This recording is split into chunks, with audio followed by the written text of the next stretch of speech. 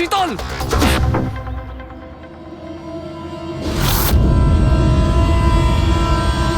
She's dead, sir. তোমাদের জন্য আমার শীতল আমাকে ছেড়ে চলে গেল। ছাড়বো না আমি তোমাদের। তোমার স্ত্রীর মৃত্যুর জন্য আমরা দুঃখিত, কিন্তু তার জন্য দায়ী আমরা নই, তুমি।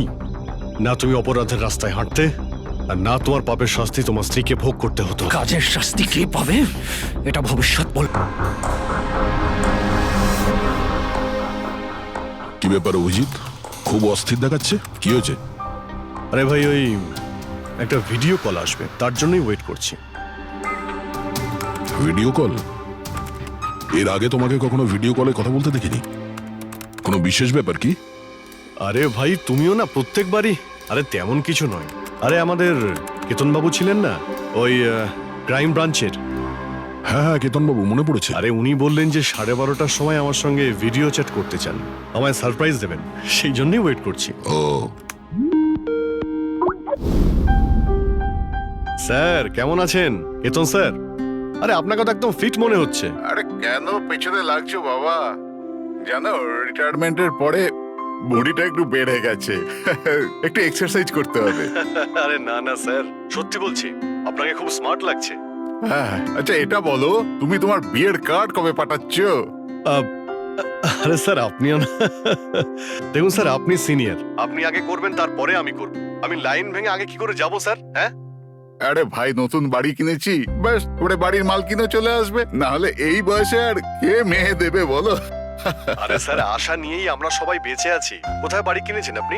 ফার্ম হাউস নিয়েছি ওয়াসিতে। হ্যাঁ, চলে এসো রোববার, একসাথে লাঞ্চ করব। অবশ্যই স্যার, অবশ্যই যাব। এখন তোমাকে আমি এই ঘরটা দেখাচ্ছি, দেখো ঘরটা কেমন দেখতে।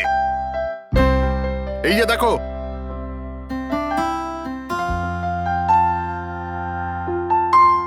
এবার আমি তোমাকে দেখাবো আমার স্টাডি রুম।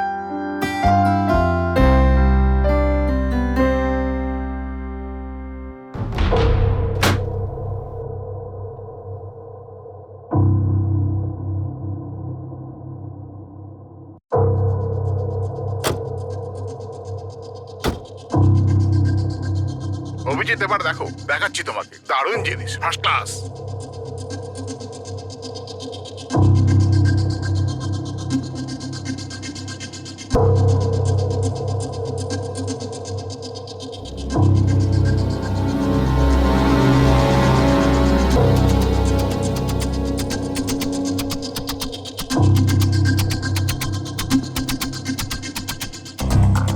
দেখলে অভিজিৎ, এটা হলো আমার স্টাডি রুম। স্যার খুব ভালো হয়েছে, খুব ভালো।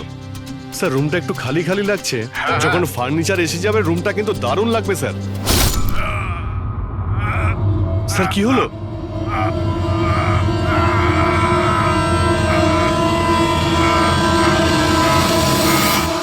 ও নো স্যার!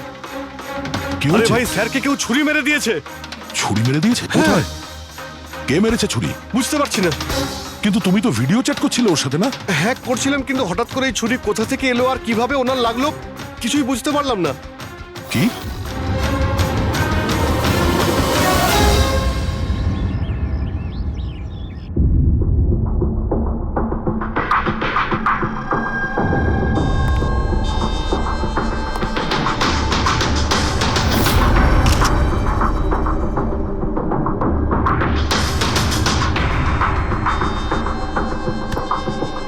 তুমি ঠিক আছো? হ্যাঁ ভাই, বুঝতে পারছি না এসব কি করে হয়ে গেল। স্যার, স্যার, কেতন স্যার তো 100 জনেরও বেশি আসামিকে জেলে পৌঁছেছেন। হতে পারে ওদের মধ্যেই কোনো একজন আসামি এই সব করেছে। হ্যাঁ, কিন্তু কিভাবে, কখন? কেতন স্যার আমার সঙ্গে কথা বলছিলেন, এইখানে বসেছিলেন, ওনার পিছনে কেউ ছিল না। তাহলে হঠাৎই ছুরিটা কে মারলো আর কিভাবে মারলো? তুমি একদম শিওর যে ঘরের মধ্যে আগে থেকে কেউ ঢুকে বসেছিল না? আরে না ভাই, কেতন স্যার ভিডিও চ্যাটে উনি পুরো রুমটা দেখাচ্ছিলেন, আমরা কথা বলছিলাম, আর রুমটা দেখো, এখানে কোনো জায়গাই নেই, সবকিছু তো খোলা, কেউ কোথায় কিভাবে লুকোতে পারে? তুমি বলেছো যে তোমার সামনেই কেতনবাবু দরজা খুলে ভেতরে এসেছেন। হ্যাঁ, উনি এই দরজাটা খুললেন, ভিতরে ঢুকলেন, আর উনি দরজাটা বন্ধও করেছিলেন। তাহলে তো পরিষ্কার ব্যাপার, খুনি এই ঘরের মধ্যে আগে থেকেই ছিল, পরে আসেনি। আর সেটাই তো ভাই আমি দেখতে পেলাম না কেন? আরে আমার কথা ছাড়ো, ইনি কেন দেখতে পেলেন না?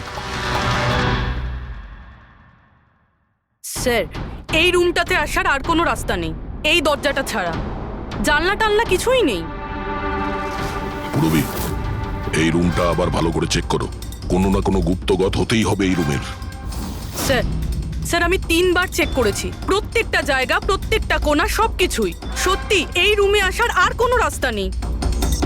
কোনো না কোনো গুপ্ত রাস্তা তো হবেই এই রুমের। কিছু গন্ডগোল আছে এখানে, না হলে এটা সম্ভব নয় যে অভিজিৎ ওই খুনিকে দেখতে পায়নি। এই কেতনবাবু এখানে একাই থাকতেন না? হ্যাঁ, একাই থাকতেন। এখানে কেয়ারটেকার থাকতো। তাহলে এটা জানতে হবে যে কে কে ওনার সঙ্গে দেখা করতে আসতো, আর কে কে জানতো কেতনবাবুর এই নতুন বাড়ির ব্যাপারে। ইয়া, পঙ্কজ স্যার। এই কেয়ারটেকারকে ডেকেছো তুমি? হ্যাঁ স্যার, কথা হয়েছে, আসছে। ফ্রেডি, প্রত্যেকটা ফিঙ্গারপ্রিন্ট নেবে, একটাও যেন বাদ না যায়। হ্যাঁ স্যার, প্রতিটা কোণের ফিঙ্গারপ্রিন্টস তুলে আনবো স্যার। স্যার, আমি তো দুদিনের ছুটিতে গেছিলাম। আমি কি করে জানবো যে এরকম এত বড় একটা ঘটনা ঘটে যাবে? তুমি ছাড়া এখানে আর কে কে আসতো? কেতন স্যার আর কার্পেন্টার, কতজন কার্পেন্টার ছিল? 3টে। আর কতদিন ধরে কাজ করছিল? প্রায় 1 মাস ধরে। 1 মাস ধরে? তার মানে ঘরের কোনা কোনা ওরা জানতো। এই কার্পেন্টার কেতনবাবু কোথা থেকে এনেছিলেন? ওনার পরিচিত ছিল নাকি কেউ পাঠিয়েছিল? না স্যার, ওরা কেতন স্যারের জানাশোনা লোক ছিল, কারণ ওরা কেতন স্যারের আগের বাড়িতেও কার্পেন্টারের কাজ করেছে। তুমি শিওর যে আর কেউ আসেনি? না স্যার। হ্যাঁ, মনে পড়েছে স্যার, 2জন অচেনা লোক এসেছিল। একজন কোনো এক ইন্টারনেট কোম্পানি থেকে এসেছিল, আর দ্বিতীয়জন ওয়াটার পাইপলাইন চেক করতে এসেছিল। ওরা পুরো বাড়ি ঘুরে দেখেছিল। স্যার এর জন্য আমাকে বকেছিলেন। কেন বকেছিলেন? কেননা আমি ওদের ভেতরে আসতে দিয়েছিলাম। স্যারের ওই 2জনের প্রথম থেকে আসার কোনো খবর ছিল না। আর স্যার ইন্টারনেট কানেকশনের জন্য কাউকে কিছুই বলেনি। আর এটা কবেকার ঘটনা? এটাই 2-3 সপ্তাহ আগের কথা। ও, মনে হচ্ছে এই দুজনেই কোনো গন্ডগোল করেছে। আচ্ছা, 5 বছর আগে তোমরা যখন এই কেসটা সলভ করেছিলে, তখন কেতনবাবু ছাড়া এই টিমে আর কে কে ছিল? আমি, পুরবী, কেতন স্যার আর মহেন।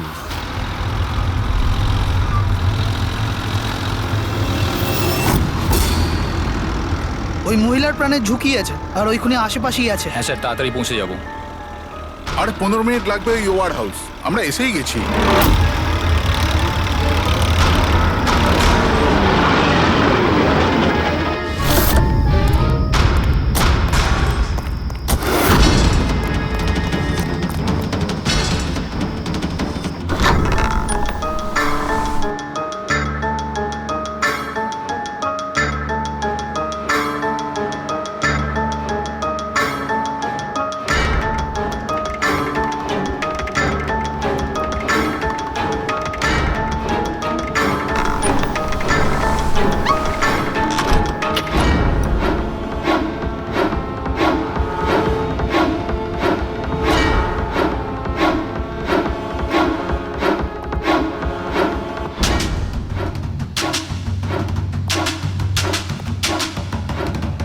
স্যার, এখানে তো কোনো মহিলাকে দেখতে পাচ্ছি না, আর ওই অপরাধীও নেই। ওটা কোনো মিথ্যে কল ছিল না তো? কোনো কারণ তো হবেই যে কেউ আমাদের ফোন করে এখানে ডাকলো, আর সেই কারণেই আশেপাশেই আছে।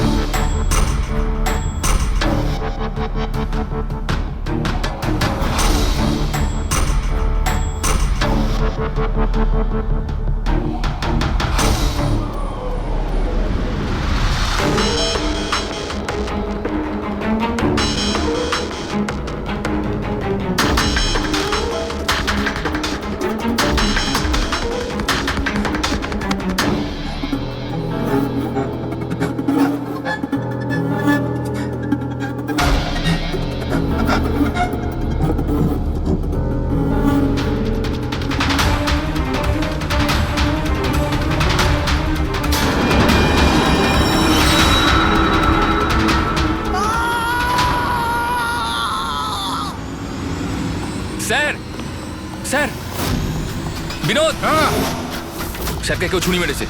Sir sir oh no oh no, he is dead.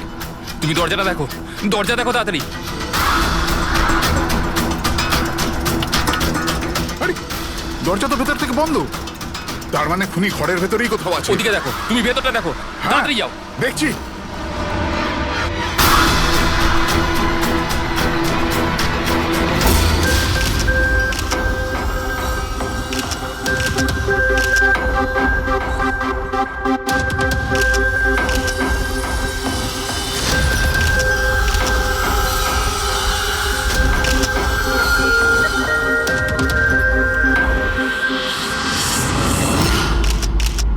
তাহলে এখানে কেউ ছিল না? হ্যাঁ, স্যার সত্যি বলছি, এখানে মেহেন স্যার আর আমাদের ছাড়া আর কেউ ছিল না।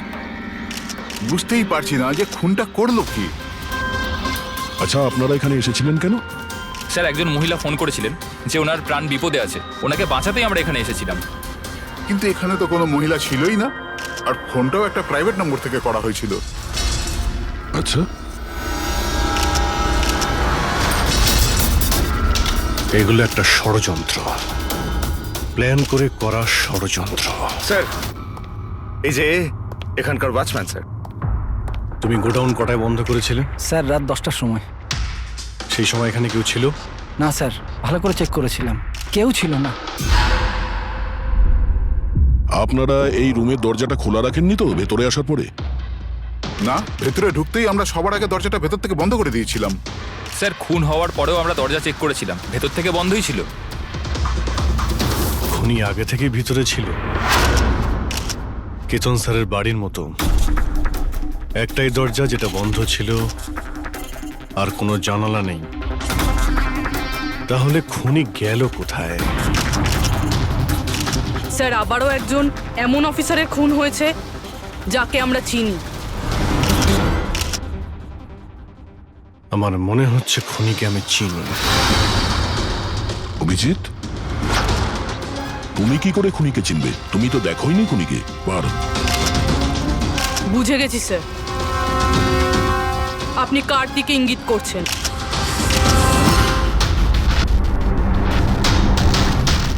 তুমি জানো এসব কি? হ্যাঁ, এটা এশিয়ার নামকরা ক্লাসিক আর্টওয়ার্ক, কিন্তু এসবের এই কেসের সঙ্গে কি সম্পর্ক? যেটাকে তুমি এশিয়ার বিখ্যাত আর্ট ওয়ার্ক ভাবছো, সেটা আর্ট ওয়ার্ক ঠিকই, কিন্তু অরিজিনাল নয়। এটা ডুপ্লিকেট, নকল। এগুলো নকল, কিন্তু দেখতে তো একদম। দেখতে একদম আসল, অথচ এটা নকল। কিন্তু এই আর্টওয়ার্কের এই দুটো মার্ডারের সঙ্গে কি সম্পর্ক? এটা 5 বছর আগের কথা দয়া। তোমার এটা মনে আছে তুমি আর এসিপি স্যার ডেপুটেশনের জন্য দিল্লি গিয়েছিলে? সেই সময় কিছুদিনের জন্য আমি আর পুরবী একটা কেসে ক্রাইম ব্রাঞ্চের হয়ে কাজ করেছিলাম। হ্যাঁ হ্যাঁ হ্যাঁ, কিছু কিছু মনে পড়ছে। এটা সেই কেস না যাতে কেউ নকল আর্টওয়ার্ক বানিয়ে সেটাকে বেশি দামে বেচার চেষ্টা করছিল? কারেক্ট, এই আর্টওয়ার্ক সেই বানিয়েছে, মিখেল। ওর নাম মিখেল।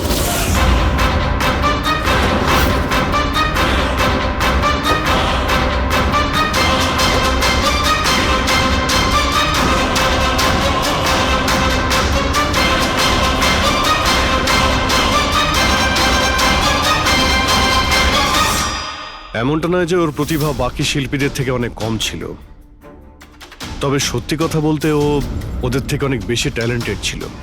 আর সেই জন্যই হয়তো ও একদিন ভেবেছিল যে অরিজিনাল পেন্টিং তো সবাই বানাতে পারে, কিন্তু অরিজিনালের মতো সেম কপি বানানো সবার পক্ষে সম্ভব নয়। আর এই কাজে এত টাকা ছিল যে ওর আসল পেন্টিং বানানোর কোনোদিনও প্রয়োজনই হয়নি। ও কোটি কোটি টাকা ইনকাম করেছিল মহান আর্টিস্টের অরিজিনাল পেন্টিংয়ের নকল পেন্টিং বানিয়ে।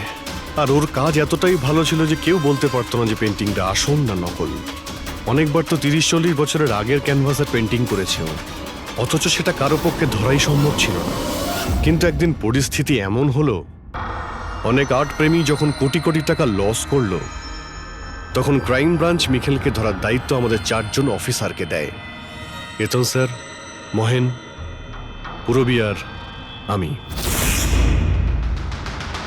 মিখেলকে ধরা এত সহজ ছিল না, কিন্তু কথায় আছে না, পিঁপড়েকে ধরতে হলে মিষ্টির ব্যবহার করতে হয়। আর এই পিঁপড়ের মিষ্টি ছিল ওর পুরনো ক্যানভাস আর সেই কেমিক্যাল যেগুলো ও ব্যবহার করত 200 থেকে 250 বছরের পুরনো পেন্টিং তৈরি করতে। আমরা সমস্ত আর্ট গ্যালারি আর দোকানে নজর রাখতে শুরু করে দিই যেখানে এইসব জিনিস পাওয়া যেত। যারা এই সমস্ত জিনিস কিনতে আসতো তাদের পুরো ঠিকুজি কুষ্টি বার করতাম আমরা।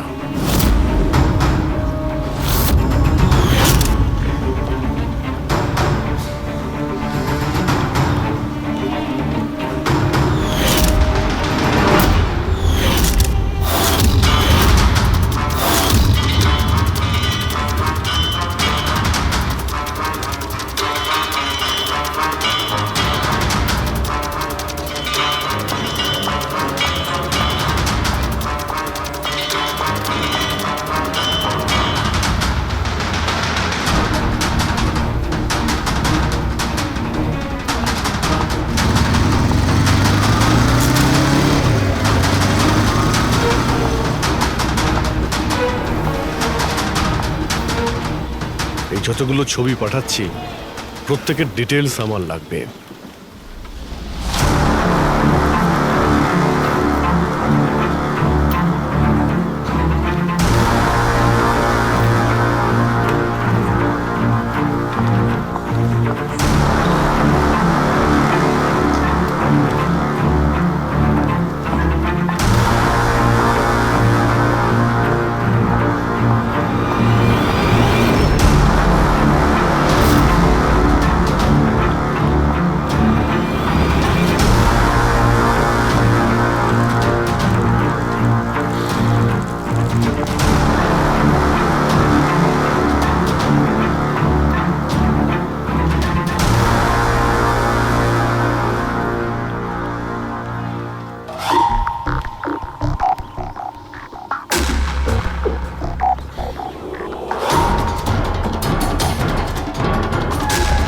আর তারপরে 1 সপ্তাহ পরে আমরা এমন একটা মেয়েকে দেখলাম যে জিনিসপত্র তো কিন্তু তার কোনো আর্ট ব্যাকগ্রাউন্ড ছিলই না।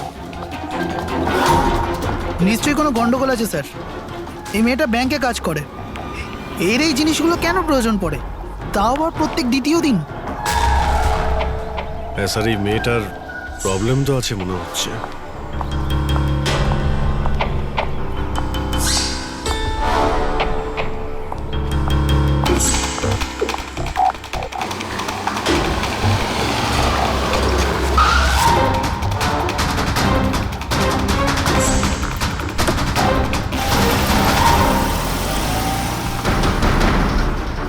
এই মেয়েটার একটু গন্ডগোল আছে, ওর পিছু নাও, দেখো কোথায় যাচ্ছে।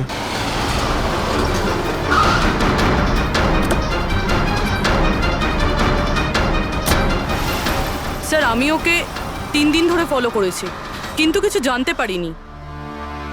কারণ ও এই সমস্ত জিনিস নিয়ে ওর বাড়ি চলে যেত, কিন্তু 4র্থ দিন ও অন্য কোথাও গেল।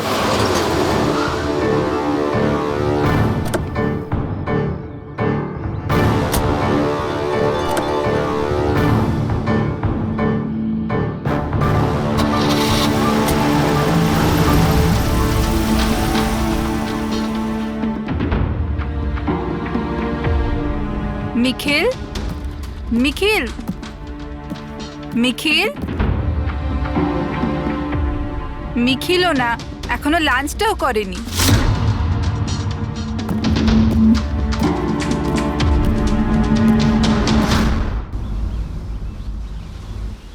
এখনো লাঞ্চও করনি?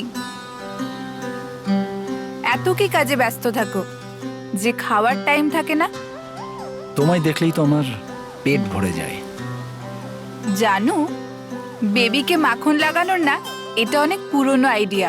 মাখন নয়, সত্যি বলছি, তোমার মতো ভালোবাসতে পারে এমন জীবনসাথী কোথায় পাবো আমি, যে আমার জন্য নিজেকেও বিপদে ফেলতে পারে। আমি তো তোমার জন্য নিজের জীবনটাও দিতে।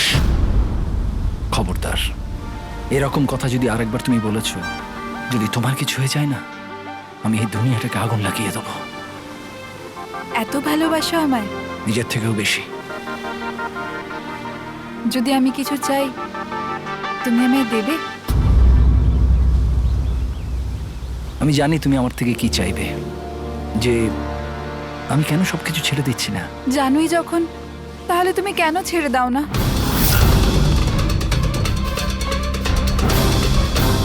শীতল, মানুষের জীবনে দুটো নেশা হয়, আমার ভালোবাসার নেশা তুমি পূরণ করো, আর আমার দ্বিতীয় নেশা শিল্পীর, যেটা আমার কাজটাকে পূর্ণ করে। এই দুটোর মধ্যে একটাও যদি আমার থেকে দূরে যায় না, তাহলে আমি অসম্পূর্ণ থেকে যাব। আর আমি চাই যে ইতিহাস আমায় সব থেকে ভালো স্বামী আর সব থেকে ভালো আর্ট চোর হিসেবে মনে ব্যাস রাখে। মিখেল, অনেক ইতিহাস লিখেছ, বাকি জীবনটা জেলেই কাটিও।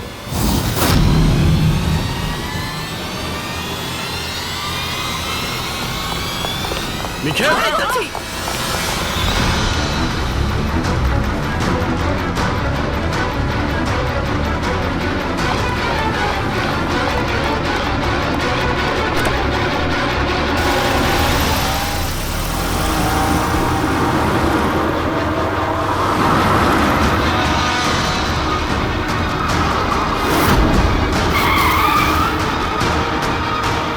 প্লিজ আমার কথা শোনো, জেদ করো না, নিজেকে আইনের হাতে তুলে দাও প্লিজ। না, আমি করব না।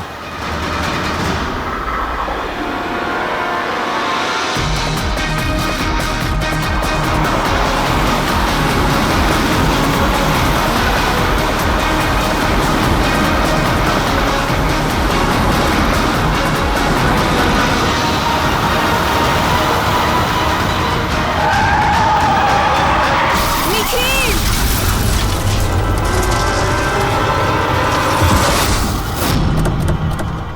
শীতল, মিখেল দাঁড়া, বলছি, দাঁড়া, শীতল, দাঁড়া। শীতল, চোখ খোলো, শীতল।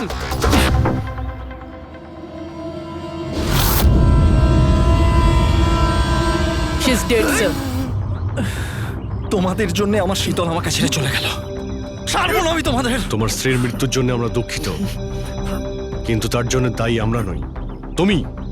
না তুমি অপরাধের রাস্তায় হাঁটতে, আর না তোমার পাপের শাস্তি তোমার স্ত্রীকে ভোগ করতে হতো। কাজের শাস্তি কে পাবে এটা ভবিষ্যৎ বলবে। ওর 5 বছরের শাস্তি তো এতদিন শেষ হয়ে গেছে, কিন্তু ওর স্ত্রীর মৃত্যুর প্রতিশোধের আগুন হয়তো ওর মনের ভিতরে এখনো জ্বলছে। মানে কেতন বাবু আর মেহেনের পরে ওর টার্গেট এখন পুরবি আর তোমার উপর। কারেক্ট। কিন্তু স্যার, ও এসব করছেটা কি করে? কারণ নজরে পড়ছে না কেন? এবার এই রহস্যের পর্দা তো মিখেলই তুলতে পারবে। ও তোমার আর আমার কোনো ক্ষতি করার আগে মিখেলকে আমাদের ধরতেই হবে। স্যার, স্যার কেতন বাবুর বাড়ি থেকে যে ফিঙ্গারপ্রিন্টসগুলো পেয়েছিলাম, হ্যাঁ, ওটা কারোর সঙ্গে ম্যাচ হয়েছে? স্যার ওই ওয়াটার পাইপলাইনে যে কাজ করে সে নির্দোষ হলেও যে লোকটা ইন্টারনেটের কাজ করে সে খুব গোলমেলে। এই ইন্টারনেটের লোকটা কে? Sir Ramen sir. Sir sir পুরনো পাপি স্যার, এই তো 6 মাস আগে ও অথর রোড জেল থেকে ছাড়া পেয়েছে স্যার। Arthur road jail? ওই মিখেলকে তো ওই জেলেই রাখা হয়েছিল। তার মানে ওই জেলেই এই অপরাধের প্ল্যানিংটা করা হয়েছিল, মিখেল আর ওই রমন যোগ মিলে নিয়ে। তুই নিশ্চয়ই আবার জেলে যেতে চাইবি না? না স্যার, আমার দ্বিতীয়বার জেলে পাঠাবেন না স্যার। যদি আজ আমি মিখেলকে না পাই তাহলে তোকে এখানেই পুঁতে দেবো। না স্যার, মিখেল আমার সাথে এখানেই দেখা করতো, এখানেই দেখা করতো, আমি সেখানেই নিয়ে যাচ্ছি আপনাদের। আমার মিখেলকে চাই, ব্যাস। হ্যাঁ স্যার, ওখানেই নিয়ে যাচ্ছি আপনাদের।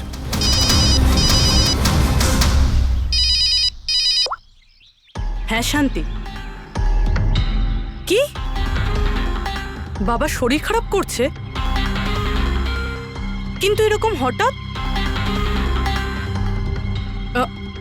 আমি তো কেসের ইনভেস্টিগেশন করতে এসেছি। কি হয়েছে? স্যার ওই বাবা একটু অসুস্থ হয়ে পড়েছে। ওই শান্তি নার্স যে আমার বাবার দেখাশুনো করে, সেই ফোন করেছিল। ঠিক আছে, তুমি যাও, আমরা দেখে নিচ্ছি। কিন্তু স্যার। যাও, আর কোনো প্রয়োজন পড়লে ফোন করবে।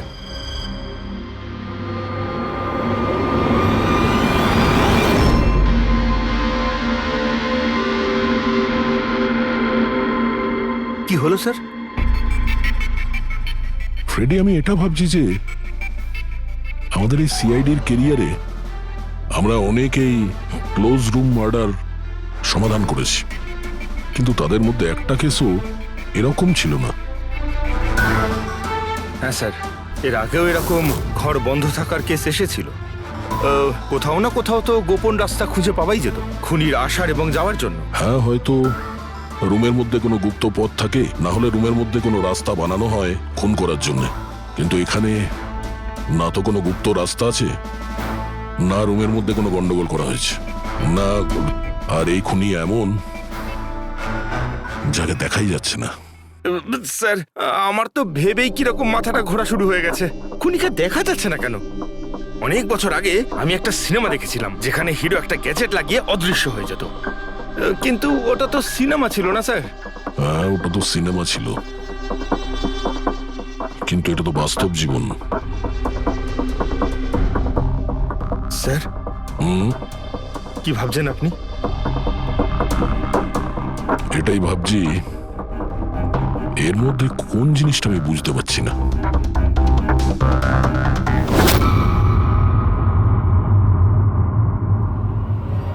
ও মাই গড, তার মানে এই ব্যাপার।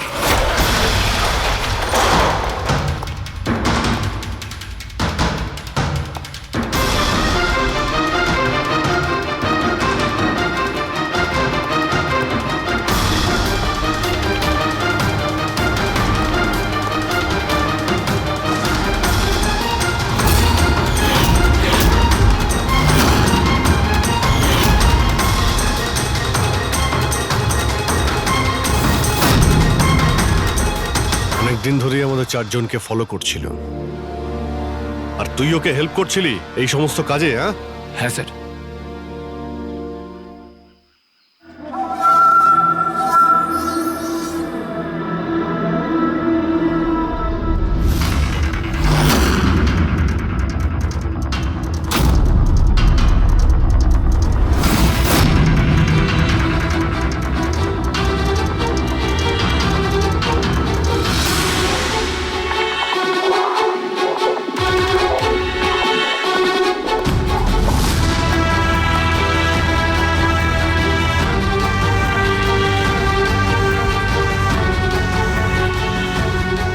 কিন্তু এই ওয়ালপেপার, ফার্নিচার, এসবের ছবি কেন নিয়েছিলি? হ্যাঁ, ওই মিখেল যেমন যেমন বলেছিল আমি সেরকমই ছবি নিয়েছিলাম স্যার।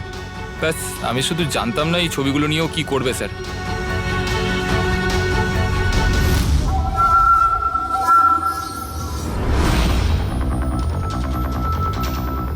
তাহলে কি এই ছবির মধ্যেই লুকিয়ে রয়েছে খুনের রহস্য?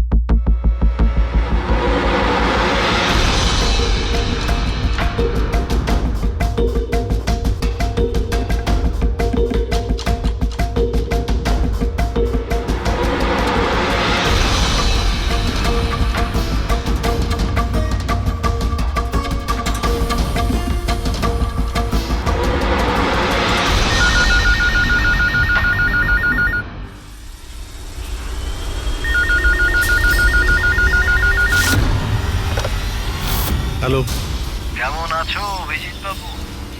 মিখেল। এতদিন পরেও তুমি আমার গলার আওয়াজ ভুলোনি। এমনিতে আমি জানতাম যে তুমি আমার বাড়ি পর্যন্ত নিশ্চয়ই পৌঁছবে। ইন্টেলিজেন্ট তুমি, কিন্তু সরি, তোমাকে স্বাগত জানাতে আমি বাড়িতে ছিলাম না। তোকে স্বাগত তো জানাবে সিআইডি, যখন আমরা তোকে আরেকবার ধরে জেলে নিয়ে যাব। জেল তো আমি তখন যাব না যখন তোমাদের নজরে আমি আসব। তার আগে এই ধাঁধাটা তো সমাধান করো যে আমি তোমাদের এমনিতে নজরে কেন আসছি না। কি হলো, কি ভাবনায় পড়ে গেলে? হ্যাঁ, আমি জানি তুমি ইন্টেলিজেন্ট, কিন্তু এতটাও ইন্টেলিজেন্ট নও যে এই কেসটাকে সমাধান করো। কেসটা তো তোমার আর পুরবীর মৃত্যু দিয়েই শেষ হবে। মিখেল, রাগ নয় অভিজিৎ বাবু, রাগ করে কেন নিজের বিপি বাড়াচ্ছ? চলো একটা ছোট্ট তোমায় হিন্ট দিয়ে দিই। আমায় তুমি সেখানেই দেখতে পাবে যেখানে এই গল্পের শুরু হয়েছিল, যেখানে শীতলকে তুমি আমার থেকে ছিনিয়ে নিয়েছিলে। পুরবি মারা যাওয়ার আগে তো নিশ্চয়ই পৌঁছতে পারবে। মিখেল, মিখেল, হ্যালো পঙ্কজ, তুমি এক্ষুনি পুরবীকে ফোন করো, ওকে বলো বাড়িতে থাকতে, বাইরে বের না হতে। ও কি হলো স্যার? আচ্ছা, আমি যেটা ভাবছি সেটা যদি ঠিক হয় তাহলে জানা যাবে যে খুনি এগুলো কিভাবে করলো। কিভাবে? আশ্চর্য তো, বাবা তো পুরোপুরি সুস্থ আছে। তাহলে তাহলে শান্তি ফোন করে আমাকে ডাকলো কেন? আর নিজেও তো বাড়িতে নেই। ফোন করলাম, ফোনটাও ধরছে না।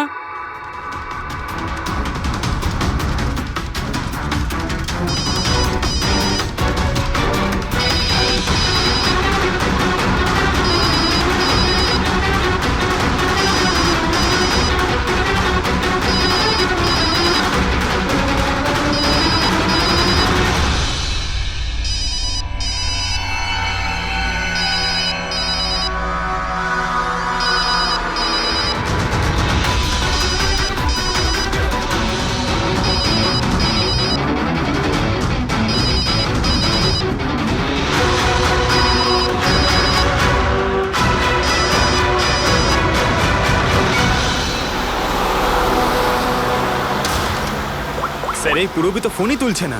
কি ফোন তুলছে না? কোনো প্রবলেম নেই তো? স্যার মিখেল ওর কাছে পৌঁছে যায়নি তো? হতে পারে ওই যে ফোনটা এসেছিল ওর বাড়ি থেকে ওর বাবার শরীর খারাপের ব্যাপারে, হতে পারে ফোনটা মিখেলই করেছিল। স্যার পুরবির কিছু হবে না তো? আশা করছি আমরা সময় মতো পৌঁছে যাব। যদি পুরবীর কিছু হয় তাহলে না,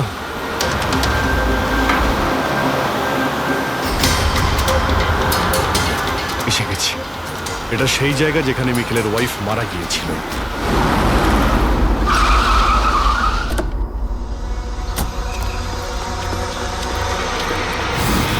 পুরবী!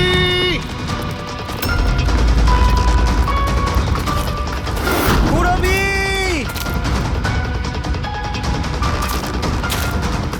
পুরবী! পুরবি! ওই দিকটা দেখো। পুরবি! পুরবি!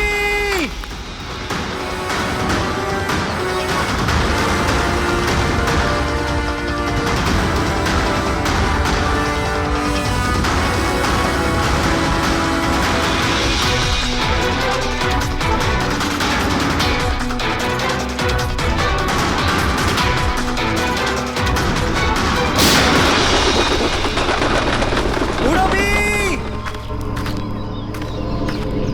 পুরবি!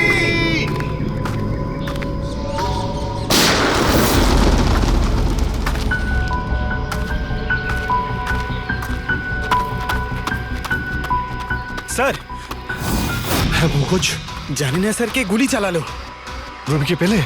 পুরবি ওখানে স্যার।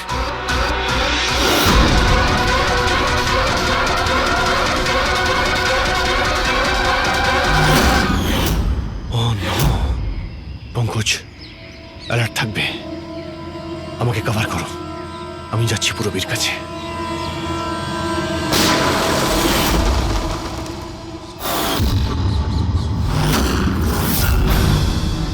ভয় পেও না অভিজিৎ, এখনো ও মরেনি।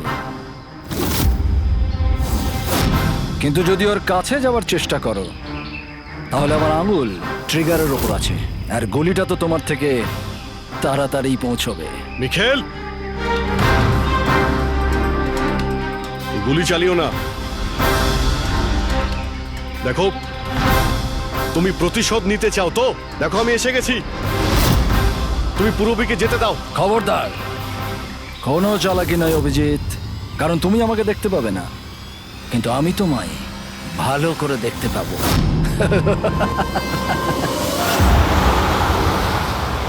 অভিজিৎ, আমার কথা মন দিয়ে শোনো, তুমি একদম রিয়াক্ট করবে না। তুমি এই মিখেলকে দেখতে পাবে না। তুমি আর কেতনবাবু ওকে কেতনবাবু স্টাডি রুমে দেখতে পাওনি। মাহান ওকে আর্ট ওয়্যার হাউসে দেখতে পাইনি। পুরবী নিজে ওকে ওর ঘরে দেখতে পাইনি। কেন? কারণ ওকে দেখা সম্ভব নয়। ও যেখানে যেখানে অন্যায় করে সেখানকার কোণে কোণে ও লুকিয়ে পড়ে। ওই রুমে, ওই ডেকোরেশনে ও এমন ভাবে লুকিয়ে পড়ে কেউ বলতেই পারবে না যে ও আর্ট পিস না একজন মানুষ। কেতনবাবুর রুমে ও ও ওয়ালপেপার হয়ে গেছিল, ওয়ালপেপার।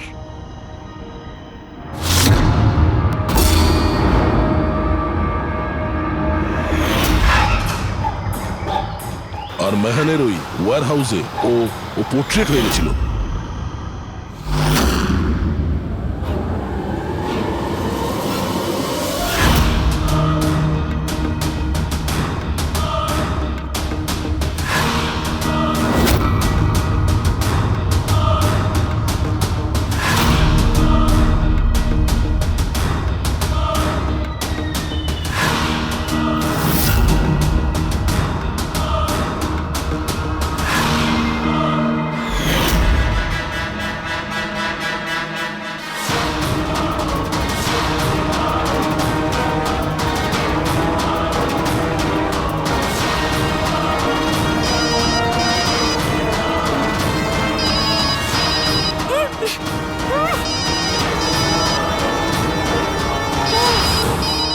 এটা আমি তখনই বুঝতে পারলাম যখন ওয়্যার হাউসের ক্রাইম সিনের ফটোগুলো আমি দেখলাম।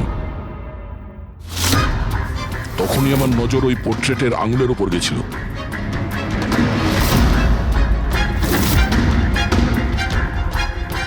ও পোর্ট্রেট ছিল না, ওই মিখেল ছিল, মিখেল। ওকে দয়া, পঙ্কজ সাবধানে, পঙ্কজ সাবধানে, জঙ্গলে লুকিয়ে আছে। পঙ্কজ, তুমি এখানেই থাকো, পুরবীর দিকে নজর রাখবে। মিখেল, আমরা কিছুই করব না, আমরা এখান থেকে চলে যাচ্ছি। তবে তুমি পুরবীকে ছেড়ে দাও প্লিজ।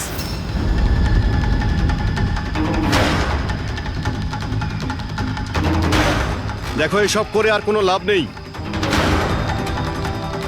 আমি এখানে এসে গেছি, তুমি তুমি বলো কোথায় যেতে হবে, আমি চলে যাচ্ছি। বাস, আগে এগোবে না অভিজিৎ। আমার সাথে গেম খেলা বন্ধ করো। ঠিক আছে, ঠিক আছে, গুলি চালিয়ে কোনো লাভ নেই, আমরা এখান থেকে চলে যাচ্ছি। কিন্তু তুমি তুমি কি চাও মিখেল? যা কিছু হয়েছিল সেটা তো হয়ে গেছে, কিন্তু এসব করে তুমি কি পাবে? হ্যাঁ,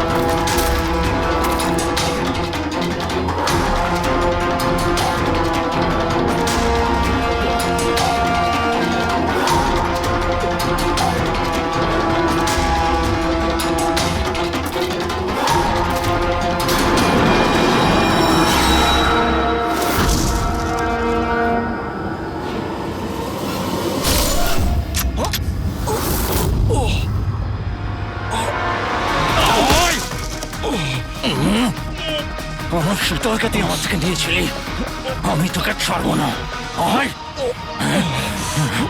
আমার শীতলকে দূরে করেছিলি।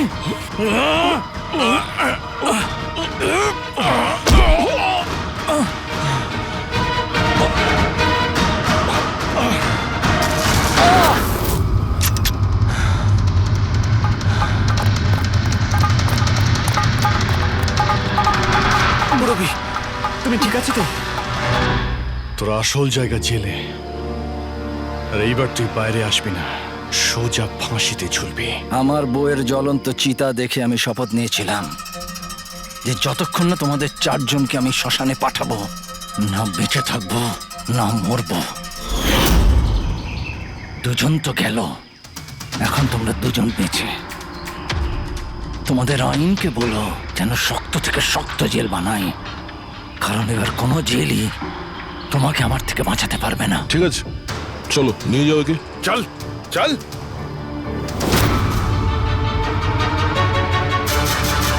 আসবো, ফেরত আসবো।